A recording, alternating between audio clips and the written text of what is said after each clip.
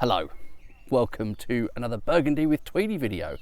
Today it's going to be the second of the wines that I bought from Costco. If you remember the previous video, if you haven't already seen it, I'll put a link up there. The first one was a Bourgogne Rouge. All six of the wines are from Confuron, Gindre, a producer that I've quite enjoyed in the past. I think I've had their Vosne Romane before, their Gindre Chambertin, and I think they're consistently pretty good. The tail end of that Bourgogne Rouge, as an addendum to the previous video, actually got better, I think, and I was very happy with that overall. At that price point, as I said, I think that was a thoroughly decent bottle of Burgundy. Today I'm going to try the Vosne Romane, the 2021 vintage as well, and this is probably the best of the lot. I think it's the one of the six bottles that I ordered that I am most excited about. I think 2021 is a decent vintage. It is still obviously very young, but all of the wines were either 2021 or 2022.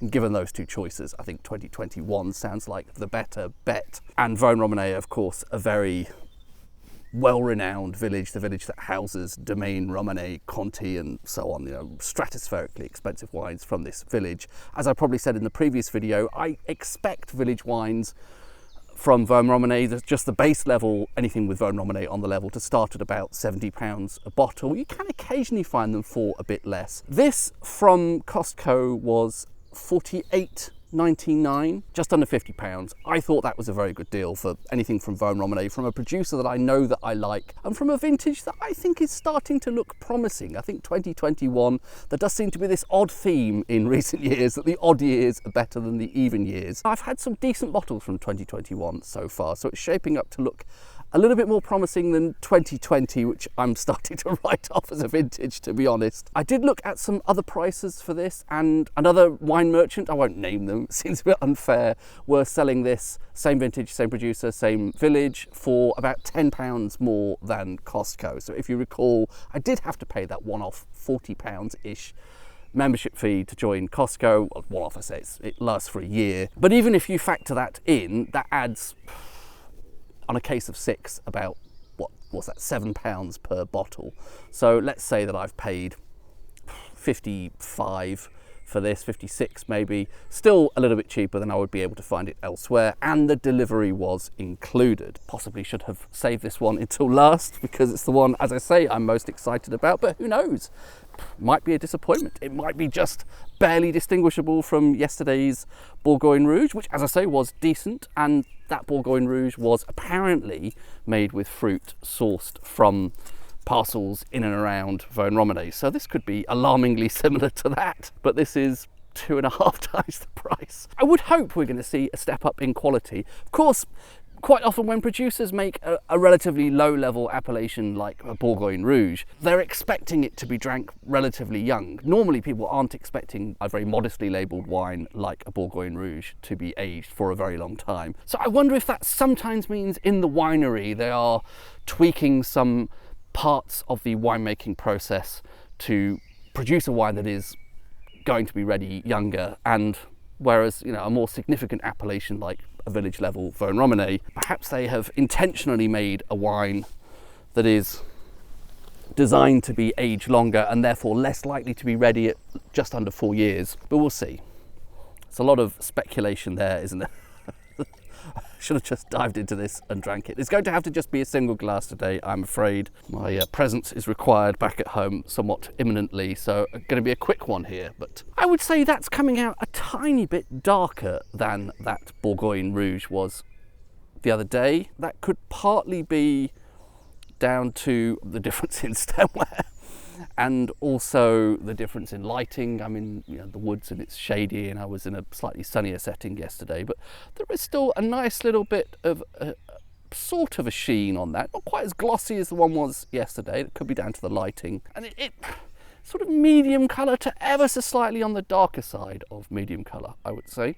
Before any swirling, I'm initially getting a richer nose than I was at the outset with that Bourgogne Rouge, which was pretty shy before I'd given it a swirl, and then some cherry type fruit started to emerge. This is reminding me of some of those previous Confuron Gindres. I think it was probably a Gindre Chambertin I had from them that I characterised as Black Forest Gâteau. It had quite dense cherry on the nose, and also I couldn't help but think about a sort of whiff of cocoa, and I don't think that's purely my imagination. I have heard that in wine tasting notes elsewhere. So before I've even swirled that, I'm getting something like that again. I would say quite a dense, rich sort of cherry aroma, and something like a whiff of cocoa, which is very welcome.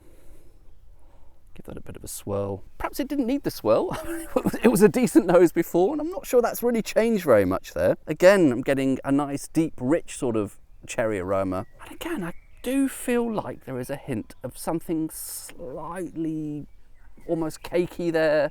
A little bit of a sense, could be just suggestive of Black Forest Gâteau.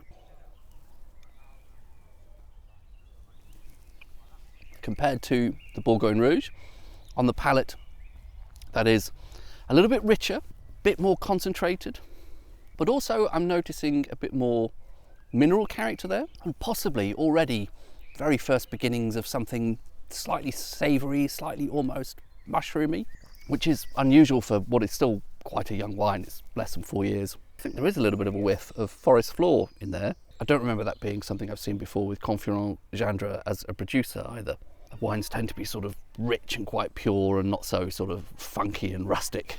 The tannins here are a bit more refined as well than the Bourgogne Rouge. I don't know if this whole tasting should be based on comparing it to that, but it's something that is fresh in my mind. That had that sort of hot tannic edge, which was quite a surprise, whereas this, everything's a bit more integrated and smooth and a bit richer, and I think it is more sophisticated. I think this is, to my taste, a bit of a step up stylistically from that. Some people like tannins, of course. To me, they're always just kind of a nuisance to get in the way of enjoying the rest of the wine. Probably shows what a wine amateur I am, that I don't really particularly enjoy tannin in wine. I'm noticing just a very subtle hint of tannin there. What I definitely don't get a sense from in this is a very youthful wine. I think that might have been there around the edges in that Bourgogne Rouge, paradoxically, the one that you would assume would have been made to be consumed young. Some of the aspects of that I occasionally thought, well, perhaps this is just a little bit too young now.